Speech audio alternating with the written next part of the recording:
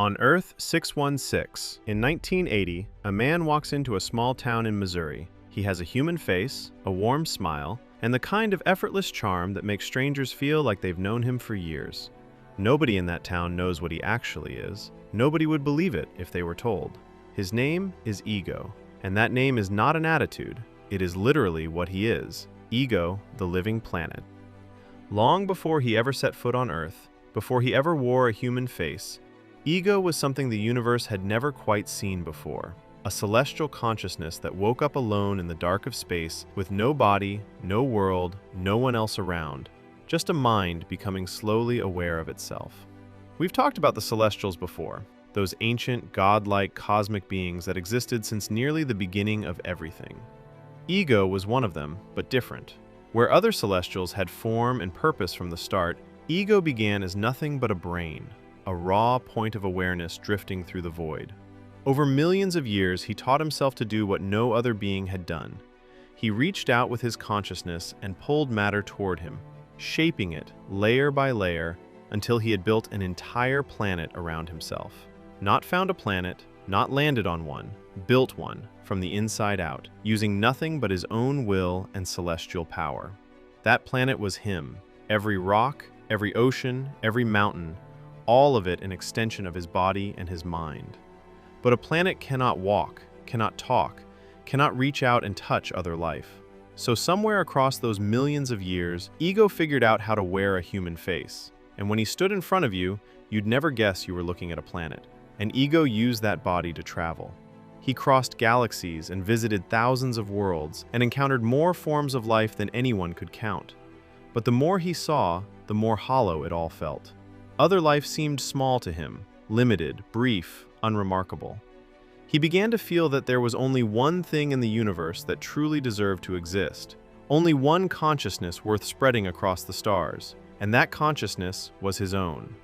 He called it the expansion.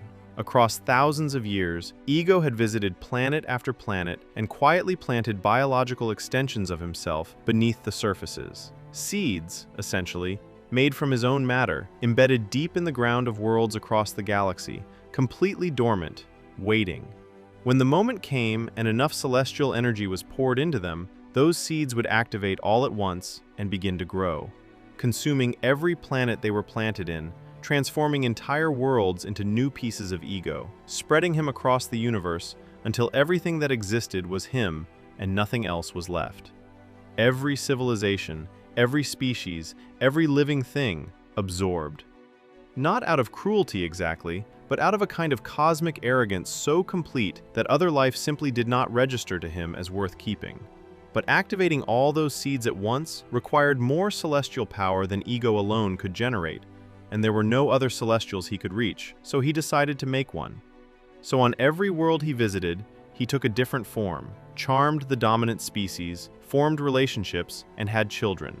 Thousands of them, spread across dozens of worlds, each one a potential heir to his power.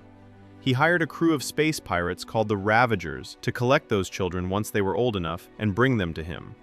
But child after child failed the test. They had his face sometimes, his curiosity, but not his power. Without the celestial gene passed down strongly enough, they were useless to the plan. And Ego, without much sentiment about it, ended those children's lives and moved on to the next world. Then he came to Earth, and in a small town in Missouri in 1980, he met a woman named Meredith, and for the first time in millions of years, something actually got through to him. He loved her, genuinely, in whatever way a being like Ego was capable of love. He kept coming back to her 3 times, which was 3 times more than he'd ever returned to anyone.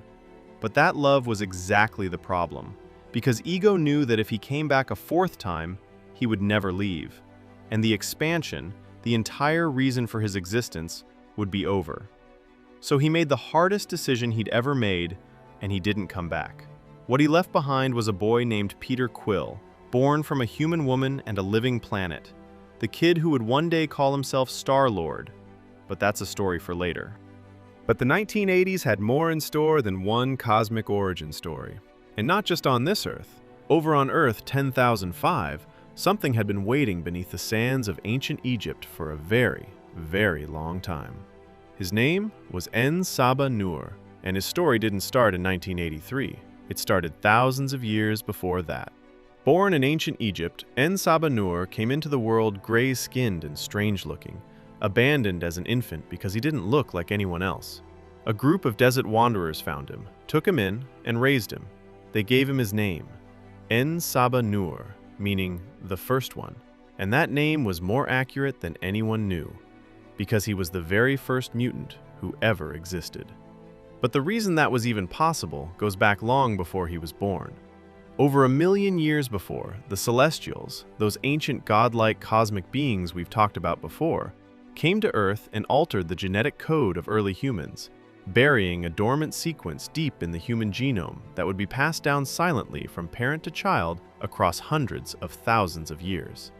That buried code was what would eventually become the X gene, the genetic difference that, when it finally switches on, gives a person abilities far beyond anything a normal human can do. As En Sabah Nur grew, his powers became clear. He could transfer his mind and essence into other mutants' bodies, absorbing their abilities each time he made the jump. He used this to live forever, moving from one mutant body to the next across centuries, stacking power upon power with every transfer, growing stronger with every generation.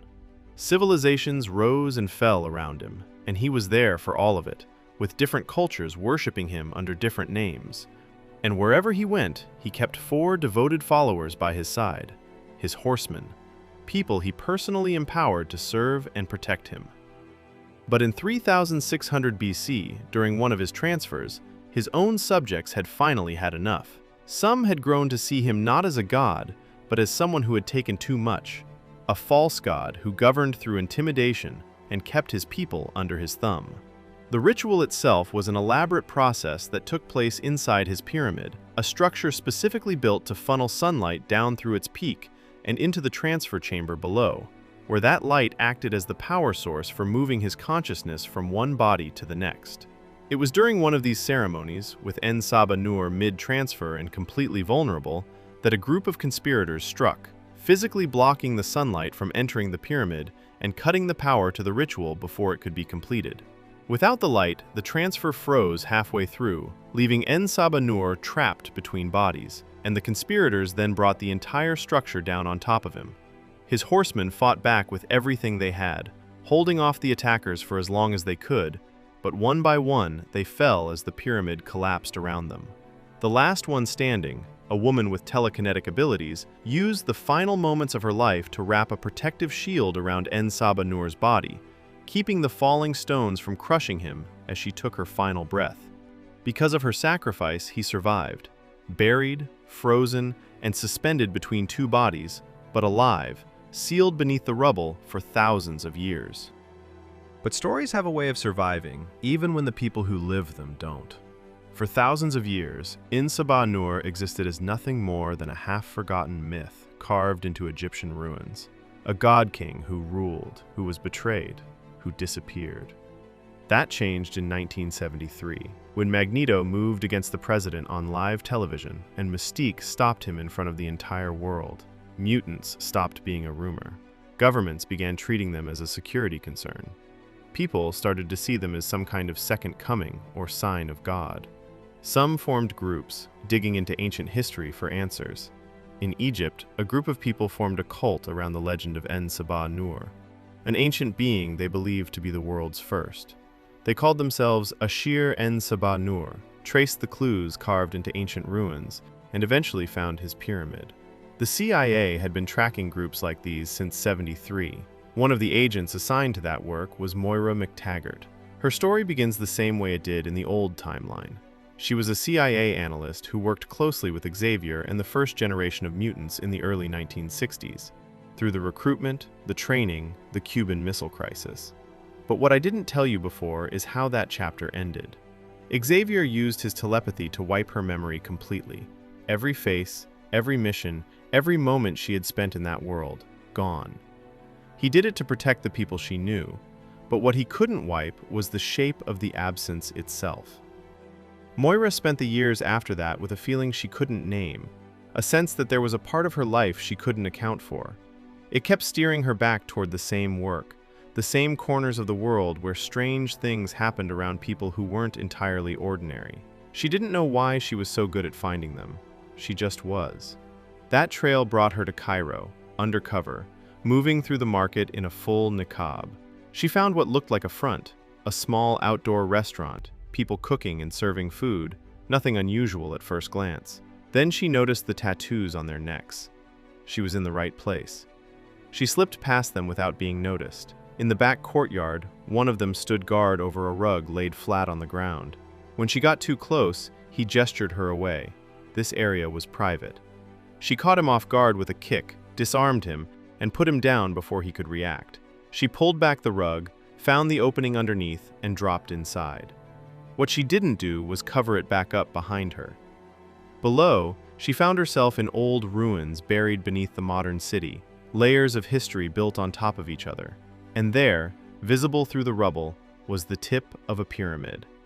She was only there for recon, pictures, proof, something to bring back to Langley. But deeper inside, the cult had already gathered around the pyramid, mid-ritual, chanting over En Sabah Nur's sealed form. She hadn't expected any of this. She stayed back, kept her distance, and watched. None of them noticed her. But none of that mattered. The sunlight she had let in through the uncovered entrance was already hitting the gold panels and ancient mechanisms lining the walls. The same sun-powered technology that had been built into that pyramid thousands of years ago for exactly this purpose. It powered everything back up. Combined with the ritual, it was enough. When En Sabah Nur rose, the entire chamber came down around them. Earthquakes rippled out across the globe. Moira barely made it out. The followers who brought him back didn't. On the other side of the world, at Xavier School in Westchester, Jean Grey was having the worst night she'd ever had. Her powers were spiraling in her sleep, telekinesis pulling at the walls of her room, the surface cracking and peeling like something was eating through it from the inside. And she'd woken up the entire dorm doing it. Hank was already aware of what was happening and called Charles, and by the time Charles wheeled himself into her bedroom, she was still asleep, still struggling, her power pouring out of her with nothing holding it back. He moved close, reached into her mind to try and calm her down, and the moment their thoughts synced, he saw exactly what she was seeing. The world on fire, everything burning, and somewhere in the middle of it, just for a flash, something ancient. He called her name and pulled her out of it. She woke up gasping and told him she had seen the end of the world, that she could feel all the death, that it felt real. Charles told her it was just a dream, but she pushed back. This wasn't like her telepathy. This wasn't telekinesis losing control in her sleep. This was something else entirely, something she had never felt before. And since we're talking about Jean, this is the new timeline's version of her. She'd been living at Xavier's school for a while by this point. Here we actually got to see her come up, a teenager, still figuring out her powers, still the girl the other students were afraid of. We even got to see how she met Scott. Not long before all of this, a new kid had arrived at the school, Scott Summers. His powers had come out of nowhere at his regular school, optic blasts he had no control over, couldn't even open his eyes without destroying something. His older brother Alex brought him in, the same Alex Summers who had been part of Xavier's original team back in the 60s. Cuba, the training, all of it. He knew the school was the only place that could help his little brother. Xavier took Scott outside to test what he could do, and the kid ended up cutting one of Charles's favorite trees clean in half. One of the first people Scott crossed paths with after that was Jean, and there was something between them right away. That's where it started. But let's get back to that night. Charles took her word for it. They let her rest and stepped out, and that's when Hank told him. He had picked up something earlier that night in his lab, some kind of energy tremor, and the epicenter was halfway around the world. They went down to Cerebro to look into it, and when Charles connected, he found Moira, on site in Cairo, pulling herself out of what looked like the aftermath of something catastrophic. He decided he would pay her a visit at Langley and see what she knew. While all of this was happening, we also need to talk about Magneto, because what was going on in his life at this point matters a lot for what comes next. After the events of '73, after the world saw him move against the president on live television, Eric Lenscher became the most wanted fugitive on the planet, so he disappeared. He went as far from the noise as he could, all the way to Poland, changed his name to Henryk Górski, got a job at a steel mill, and built himself a life no one would ever think to look for him in. He married a woman named Magda, had a daughter named Nina, and for the first time in his life, he was just a man coming home at the end of the day, tucking his kid into bed, singing her the songs his parents used to sing him. He was living the life he never thought he'd get to have. When En Sabah Nur woke up and that tremor rippled out across the world, it reached all the way to Poland. At the factory, the ground shook and a massive vat of molten metal tipped and was about to come down on one of his co-workers, and Eric didn't think. He just reached out and held it in place with his power and saved the man's life. The co-workers who saw it said nothing to him at the time, but when he got home that night, he already knew what was coming. He grabbed the family's passports, told Magda they were leaving, and started getting ready to go. But Nina had been outside playing in the forest like she always did, and when they went looking for her, that's when Eric and Magda found out that his co-workers hadn't stayed quiet at all. They'd gone straight to the police. The officers were waiting in the woods, and they had Nina with them. They'd come without guns because they knew exactly who they were dealing with, armed instead with bows and arrows, nothing metal on them. They told Eric they just wanted to talk, asked if he was the man they thought he was. He tried to hold the line, said his name was Henryk Górski, reminded them he was their neighbor, their co-worker, that he'd eaten dinner in their homes. But one of them pulled out a newspaper clipping and asked him directly whether he was the one they called Magneto. There was no point in lying anymore, so he told them to release his daughter and he would turn himself in. They let her go, and Eric gave himself up. But as Nina ran into her mother's arms, the girl saw them taking her father away and started to break down. She was crying, saying she wouldn't let them take him from her, and then something happened that none of them expected. Nina was a mutant too. The birds in the forest, the ones she'd always had a way with, came swarming down on the officers, attacking them from every direction, and she couldn't stop it even if she wanted to. The police shouted at Eric to make her stop, and he told them she couldn't control it. In all that chaos, one of the officers flinched and his bow released, and the arrow hit them both. Nina and Magda, mother and daughter, still holding each other. They didn't make it. Eric rushed to them, dropped to the ground, and held them, but they were already gone. He took the locket from around Nina's neck, the one he had given Magda, and without even standing up, he used it to take out every last officer in that clearing. Hold that thought on Eric. His story is far from over. Back in Cairo, En Sabah Nur walked out of the rubble and into a world he didn't recognize. Cars and radios and markets and humans rushing around accumulating things, building empires out of money and weapons instead of strength and power. Everywhere he looked, ordinary humans were in charge, governing, dictating, deciding who mattered and who didn't. And mutants, the ones who should have been above all of it, were nowhere, hiding, blending in, shrinking themselves down to survive in a world built by people weaker than them. The longer he walked, the more certain he became. This world had not just lost its way, it had been handed over to the wrong people entirely. And then he saw something that made it all worse. While moving through the market, he came across a teenage girl using a small weather ability to create a dust disturbance and slip away with stolen food. Her name was Aurora Monroe, and if you remember, in the previous Earth 10,005 timeline, she was already standing alongside Xavier's X-Men at full power. No origin, no backstory, just there. Now in this new timeline, we actually get to see where she came from. A street kid, surviving alone in Cairo the only way she knew how. To En Sabah Nur, the sight of it was almost offensive. A mutant with the ability to command the weather itself, one of the most extraordinary gifts the X gene could produce, and she was using it to steal bread. This was what the world had done to his kind. When the men she'd stolen from caught up to her and cornered her, En Sabah Nur stepped in, and what he did to those men made very clear that nothing about him had weakened in thousands of years underground. Aurora brought him back to her home, and there he sat in front of her television. And using his ability to absorb knowledge at a rate no human mind could match, he pulled in thousands of years of human history in minutes. Every war, every empire that rose and fell, every false idol humanity had built for itself while he was gone. By the time the screen stopped cycling, he had seen enough. Humanity had lost its way. The weak had inherited the earth, and the strong had been pushed to the edges. He decided it all had to come down and be rebuilt from the ground up, and he would be the one to do it.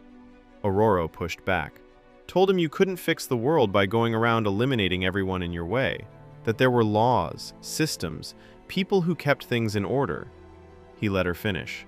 Then he looked at her, really looked at her, a girl sleeping on the floor of a crumbling building, stealing food to survive in a world that had no idea what she was capable of, and turned it back on her. Were those laws working for her? Were those systems protecting her?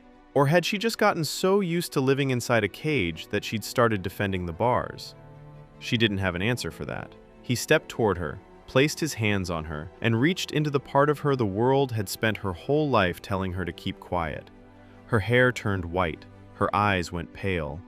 The girl who had been stealing bread in the market that morning became something else entirely. She became Storm, his first horseman, and she already knew exactly where to start looking for the rest. Back in the States, Charles had already made his way to Langley to pay Moira that visit. She told him everything she'd seen: the chamber, the cult, the ancient sealed form, the moment it all came down around her. Between what she had witnessed underground and what the CIA had been piecing together through the En Sabah Nur cult for years, a picture started coming together. An ancient mutant, thousands of years old, the first one who ever existed, and now awake. And while Charles was away, someone walked back through the doors of the mansion that nobody had seen in years. After 1973, after the whole world watched Mystique stop Magneto on live television and mutants stopped being a rumor, Raven had gone off the grid. She'd wanted to go after Trask, the man whose work had nearly led to the extermination of their kind, and she'd made it clear she wasn't interested in doing things Charles's way anymore. So she disappeared. But disappearing didn't mean hiding. For years, she'd been moving through Europe, using her ability to become anyone to go places no one else could and get mutants out of situations no one else would touch. She had made it her mission to find mutants in danger and get them out. That's what brought her to East Berlin. She'd caught wind of an underground fight club running mutants as entertainment, forcing them into cages to fight each other for crowds who paid to watch. One of them was a young, blue-skinned mutant named Kurt Wagner, a boy who could teleport, who had been taken and put in that circuit because his appearance made him a spectacle. Raven got him out. But getting a mutant with blue skin and a tail out of East Germany quietly wasn't simple, and she needed help. Someone who knew how to move people across borders without leaving a trace. That's how she ended up at Caliban's door. He was the name you heard if you needed something done in the mutant underground. A broker, someone who could locate any mutant anywhere and facilitate just about anything for the right price. Raven went to him to arrange Nightcrawler's passage out of the country, and while she was there, Caliban asked her if she remembered Eric. His network had picked up a flash of him somewhere in Poland. Things had gone very wrong, and his family hadn't made it out. Would be on the news soon enough. That was enough for Raven. She brought Kurt with her and came home. When Raven walked back through the doors of the mansion, the first face she saw was Hank's. He hadn't seen her since she walked away, and the surprise on his face was impossible to hide. Charles was still at Langley. The mansion was quieter than it used to be, and Raven was standing in the entrance with a blue, teleporting teenager and news about Eric that nobody was going to want to hear. While all of that was playing out on the other side of the world, En Sabah Nur wasn't waiting. Storm led him straight to Caliban, the same broker Raven had just visited in East Berlin. Caliban had a gift for tracking mutants, and Storm knew if anyone could point them toward the kind of power En Sabah Nur was looking for, it was him. But Caliban didn't work for free, and when En Sabah Nur made clear he had no currency to offer, things got hostile fast. It didn't matter. Caliban's enforcer, a mutant named Psylocke, stepped forward to protect her boss, and that moment of defiance was all En Sabah Nur needed. He showed her what she could become. She looked at Caliban, then back at him, and she walked away from the only life she'd known to become the second Horseman. 2 Horsemen now, and En Sabah Nur still had 2 more to find. Psylocke knew exactly who was nearby, a mutant named Angel, the same fighter from that underground circuit where Raven had found Kurt. Angel had actually been one of the fighters Kurt was forced to go up against, and in that fight, Kurt had teleported him into the electric fence surrounding the cage and damaged one of his wings badly. After that, Angel's life fell apart. A mutant built to fly, grounded, with nothing left to show for it but a broken wing and a bottle. When En Sabah Nur and his horsemen walked in on him, Angel told them to get lost. He wasn't interested. But En Sabah Nur didn't leave. He reached out, and where there had been torn feathers and broken bone, metal grew. New wings, sharper, stronger, built for something far beyond what Angel had ever been before. Angel looked at what he'd become and didn't say no again. He was the third horseman, and En Sabah Nur renamed him Archangel, his angel of death. With 3 horsemen now, Psylocke already knew exactly who belonged in the 4th seat. She'd been at Caliban's when word about Eric came through the network, and she knew where he'd be. Back in Poland, Eric was done grieving. He'd gone back to the steel mill, not to work, not to hide, but to stand in front of the people who had smiled at him for years and then handed him over the moment they found out what he was. And when he got there, he was quiet. Not angry, not desperate, just done. He walked in like a man who had nothing left to lose and all the power in the world to prove it, and every single person in that room felt it the second he stepped through the door. He let the silence sit for a moment. Then he spoke. He told them that some of them had spoken to the police about what they thought they saw, and that if they wanted to know his powers, if they wanted to see what he could really do, he would show them. He told them to think about the person they loved most in their life, their wife, their mother, their daughter, and he told them that now that person would know what it felt like to lose someone they loved, and to carry that pain forever. One of them begged him to stop, called him Henrik. Eric looked at him and said his name wasn't Henrik. His name was Magneto. That's when En Sabah Nur showed up.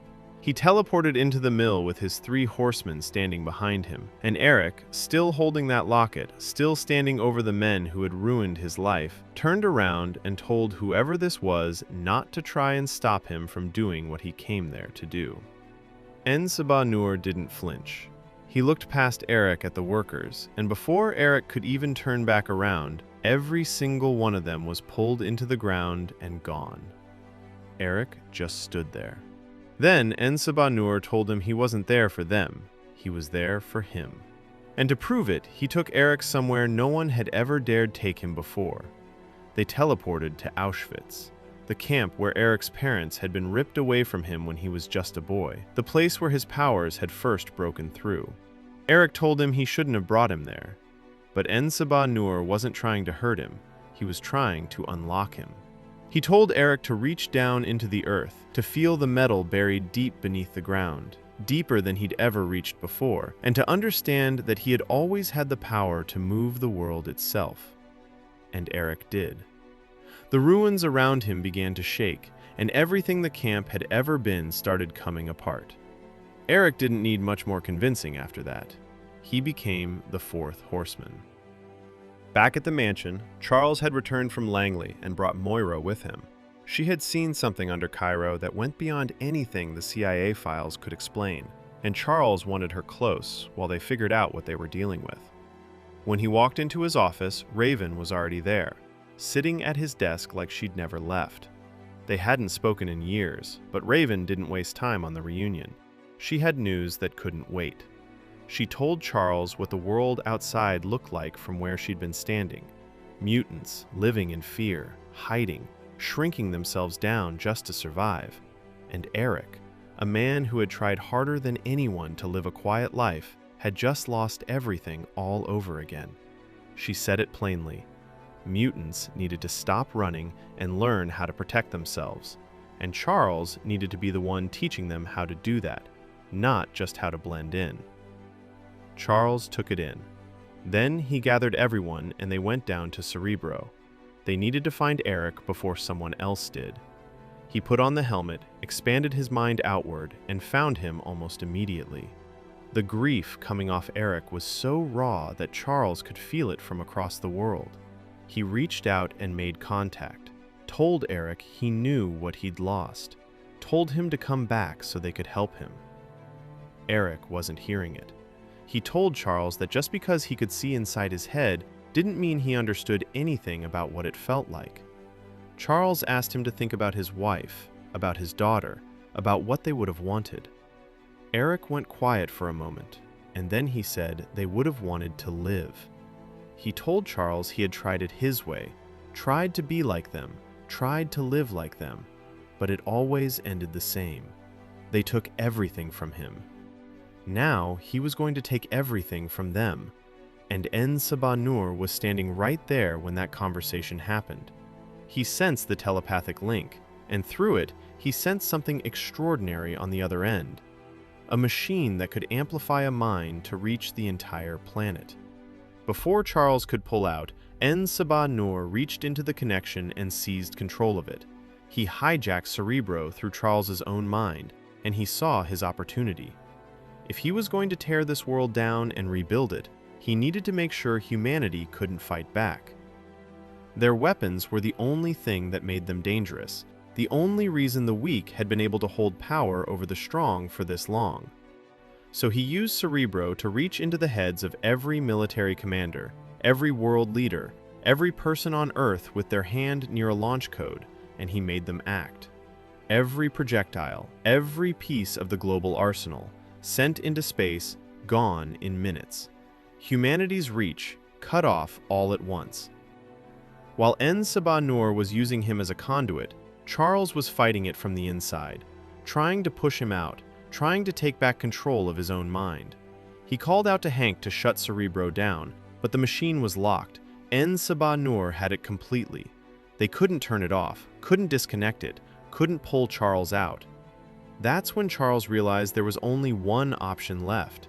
He told Alex to take Cerebro apart entirely. And Alex didn't hesitate. The connection broke. Charles came back to himself, but it was already too late. En Sabah Nur had seen everything he needed to see. He teleported straight into the mansion with all four horsemen at his side, seized Xavier, and prepared to leave. Alex threw everything he had at them trying to stop it, but En Sabah Nur was already teleporting out when the blast left Alex's body. It hit the wrong wall. The energy tore through into the underground hangar where Hank's experimental jet was stored, and the power core went up. The whole mansion was about to come down with it. Peter Maximoff had been on his way to the mansion that day for his own reasons. Reasons he hadn't told anyone yet. You might remember him, the kid who broke into the Pentagon and helped get Magneto out, moving so fast the guards never knew what hit them. He showed up that day and the building was already coming apart. He moved through every corridor, every room, every collapsing hallway, pulling people out one by one in fractions of a second. Students, teachers, anyone still inside. He got them all out. Almost. Alex had been closest to the blast. Peter was fast, but not fast enough for that. What saved Scott, Jean, and Kurt was pure luck. Earlier that evening, before any of this happened, the younger students had taken Kurt out. He'd never seen America, and they wanted to show him around. They ended up at the mall, caught a showing of Return of the Jedi, and by the time they made it back, the mansion was already burning. Scott got there and found his brother gone. There was no time to process it. In the chaos outside, a military helicopter descended, and William Stryker stepped out. You might remember Stryker from the previous timeline. The man who built Team X, ran the Weapon X program, put adamantium on Logan's bones. That version of him was older, further along in his obsession. This is the same man, a decade or so earlier, but the obsession was already there. The son of William Stryker Sr., the government man who interrogated Moira after first class. The apple didn't fall far. Still convinced that mutants were weapons to be seized and studied rather than people to be left alone. Raven recognized him the second he stepped out and tried to warn the others. But before anyone could react, his men fired a sonic blast that dropped everyone standing. Scott, Jean, and Kurt had only just arrived back from the mall and were far enough back that it didn't reach them. They pulled back into the ruins and stayed low. One of Stryker's soldiers did a final sweep through the wreckage. Jean held her breath and used her abilities to keep all three of them completely invisible until he passed. Stryker loaded Raven, Hank, Moira, and Peter onto the helicopter. The rotors started. The three of them looked at each other. They weren't going to just stand there and watch it leave. Kurt grabbed them both and teleported all three straight inside before it lifted off. They couldn't get the others out. The electrical lining inside the aircraft blocked Kurt's ability completely, so they stayed low, stayed hidden, and rode it all the way to Stryker's facility at Alkali Lake in Canada. No choice but to follow it to the end. Once inside, they moved carefully through the corridors, staying out of sight. Jean Grey using her abilities to keep them hidden from the guards while they searched for the others. The four of them woke up in a cell. Raven, Hank, Peter, Moira. The walls humming with something that kept their powers from working. Stryker wanted one thing: Xavier's location. They had nothing to give him, and he wasn't interested in anything else they had to say. While they waited, Peter finally told Raven the thing he'd been carrying since he showed up at the mansion. Magneto was his father. He'd known for a while. He just hadn't found the right moment, and this, apparently, was it. Then something shifted inside the facility. Every single person in that building heard a voice in their head at the same moment. En Sabah Nur had taken Charles to Cairo, to the pyramid he was rebuilding at the center of the city. This was going to be his seat of power, the place from which he would reach into every mind on Earth and remake the world in his image. To announce himself to that world, he had amplified Charles's telepathy far beyond its normal reach and was forcing him to broadcast. No one could block it. No one could turn it off. Stryker heard it. His prisoners heard it. Every world leader, every soldier, every ordinary person going about their day heard it. But Jean heard something else. A second layer buried so deep inside the signal that only someone with her ability could have found it. Charles had hidden a message inside En Sabah Nur's message, a location. He was telling her exactly where he was, right under En Sabah Nur's nose. That was all they needed. But first, they had to get everyone out of this facility.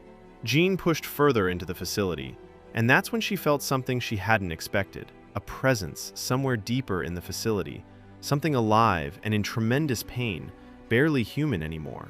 Now, if you remember, the old Logan from the original Earth 10,005 timeline was the one who traveled back to 1973 and changed everything. He went back specifically to create this timeline, to stop Mystique from killing Trask, to prevent the Sentinel program from wiping out mutant kind. This is the world he fought to bring into existence. That older Logan rewrote history and stepped out of the story. This Logan, the one in this facility, is a younger version living in the timeline that was saved. And yet here he was, in Stryker's hands anyway. Mystique had pulled him out of the water at the end of Days of Future Past, but somewhere between then and now, Stryker had tracked him down and gotten him into this facility. For the first time in this timeline. This was where the Weapon X procedure had been done, right here. We know that because of what was found here later. Stryker had bonded indestructible metal to every bone in Logan's body, and the process had stripped him of everything. No memories, no identity, nothing left but the animal underneath. And for everyone asking how Logan still had his adamantium claws in the 2017 film, because in the Japan story he lost them, that's a different Logan entirely, a different timeline, and we'll get to that later. Back to Alkali Lake, the guards in the facility picked up on Jean, Scott, and Kurt before they could reach the others, and the three of them had no choice but to push through. In the middle of it all, Jean found the containment room and opened the cage. What came out was Logan. Nothing left of the man, just the animal. He went through every person in that facility on his way to the exit, and nobody could slow him down. Stryker heard what was happening, got to a helicopter, and left. Logan was heading for the door, about to disappear into the wilderness with nothing. No name, no past, nothing. Jean reached out to him telepathically before he could go. She moved through the wreckage of everything that had been taken from him, looking for anything still intact, and found the one thing left, his name. She gave it back to him. He stopped, looked at her for a moment, then he walked out into the wilderness alone. With the facility clear and Stryker gone, Scott was able to blast the cell door open and get Raven, Hank, Peter, and Moira out. They had what they came for. Now, they had somewhere to be. They found a plane in Stryker's hangar and pointed it toward Egypt. En Sabah Nur had wasted no time in Cairo. He tore Cairo apart, using his own power to dismantle the city around him and reshape it into a pyramid rising at its center. Then, he gave each horseman their role. Storm commanding the skies, Psylocke and Archangel holding the perimeter. And Magneto? His job wasn't the pyramid. His job was the world. En Sabah Nur had unlocked something in Eric at Auschwitz, pushed his power to a level he'd never reached before, and now he sent him to stand outside and use it. Magneto pulled at the Earth's magnetic poles themselves, causing destruction across the entire planet simultaneously. Structures collapsing, cities shaking, chaos spreading everywhere at once. Then, Charles, still strapped inside, asked what his role was. En Sabah Nur looked at him and told him his role was the most important of all, to be everywhere, to be everyone. The vessel through which En Sabah Nur would reach into every mind on Earth at once and reshape the world from the inside. On the way, Raven took command. She split them into two groups. Jean, Scott, and Kurt would go straight into the pyramid and get Charles out before the transfer could be completed. She and Peter would find Eric. Cairo was unrecognizable by the time they got there. Meanwhile, Raven and Peter went straight for Eric. Peter used his speed to get Raven through Magneto's destruction and reach him. She stood in front of Eric and told him straight. He still had family. He still had people who cared about him. She looked at Peter, almost saying it but stopping herself. "You have more family than you know." Eric was listening but not moving. Jean, Scott, Kurt, and Hank moved toward the pyramid. The Horsemen came out to stop them. Storm dropped from the sky and split the team apart with lightning. Psylocke went straight for Hank, no hesitation. Scott took on Storm, deflecting her strikes with his beams. Beast held his own against Psylocke. The fighting spread across the ruins of Cairo. While inside the pyramid, the transfer was already underway and getting closer to completion with every passing second. Kurt's job was to find Charles, but Angel was guarding the entrance and came straight for him. The two of them went at it through the debris, Kurt teleporting in and out to stay ahead of those wings. He finally managed to trap Angel in a cage of wreckage and bought himself a window. He teleported inside, found Charles, and pulled him out with seconds to spare. The transfer wasn't complete, but it had already started. Charles was unconscious. His hair was gone. Kurt got everyone back onto the jet. Moira started the engines and they began to lift off. They were almost out. Then Angel broke free and flew Psylocke straight onto the top of the jet, and it was Psylocke cutting through the hull with her psychic energy. Jean slowed them down with everything she had while Kurt tried to teleport the entire team off the plane at once. More people than he'd ever moved simultaneously. The strain nearly broke him, but he got them all to a nearby building and collapsed the second they landed. The jet went down with Angel still on board. Psylocke jumped clear just in time. Inside the pyramid, En Sabah Nur came back to himself. Still in the same body, the transfer incomplete. He had been that close. He teleported out, furious, and started calling out for Charles through the open connection between them. He knew Charles could hear him. He wasn't finished. That's when Peter hit him, over and over at supersonic speed before En Sabah Nur could even process what was happening. But En Sabah Nur adapted. He trapped Peter's foot in the ground, then snapped his leg. Peter was down. Raven had run out of ways to get through to Eric. She made a different call, shifted into Psylocke's form, and got close enough to En Sabah Nur to make her move. En Sabah Nur ordered who he thought was Psylocke to finish Peter. She turned on him instead. His healing took care of it almost instantly, and he grabbed her by the throat, calling her feeble, telling Charles to come and save her. Charles heard it, and he used that open connection to push back into En Sabah Nur's mind directly. The moment Charles entered, En Sabah Nur released Raven. His focus pulled inward, the two of them now locked in a battle inside his own consciousness. But En Sabah Nur was ancient and powerful, even in his own mind, and he started gaining the upper hand. From the outside, he used that same connection to locate exactly where Charles was hiding, and began pulling the building apart around him, tearing it down piece by piece to get to him. Charles was about to be exposed. That's when Magneto stepped in. He had seen enough. He turned on En Sabah Nur. He sent everything at him. Metal pulled from the ruins of Cairo, debris, structural beams, anything his power could reach. En Sabah Nur stood in the middle of it behind a force field that stopped everything cold. Scott fired his beams, deflected. Hank came at him directly and got thrown back. One by one, En Sabah Nur neutralized everything they had, because he had lived through thousands of years of battle and had the power of every mutant he had ever absorbed running through him. Then Charles reached out to Jean. He told her to let go. Stop holding back. Let it all out. Jean had spent years being afraid of what lived inside her, the power that was too big, too raw, too dangerous. Charles told her it wasn't too much. He told her now. Jean stepped out into the open. Outside, she hit En Sabah Nur with everything she had, telekinetically tearing at him, pushing past his force field. At the same time, she pushed into the mind battle alongside Charles. En Sabah Nur was being overwhelmed on both fronts simultaneously for the first time. What came out of Jean Grey in that moment had no name yet. A force that went far beyond telepathy or telekinesis, something consuming and absolute. The force field came down first. Then the armor, pulled apart piece by piece, leaving En Sabah Nur exposed for the first time. Magneto didn't hesitate. He drove metal straight through him, pinning him in place. En Sabah Nur tried to escape, tried to teleport away. Storm sent lightning into the portal before it could open. He was trapped. And Jean kept going until there was nothing left of him. En Sabah Nur, the first mutant, the being who had survived the fall of civilizations and thousands of years buried under stone, was gone. The world he had started pulling apart slowly went still.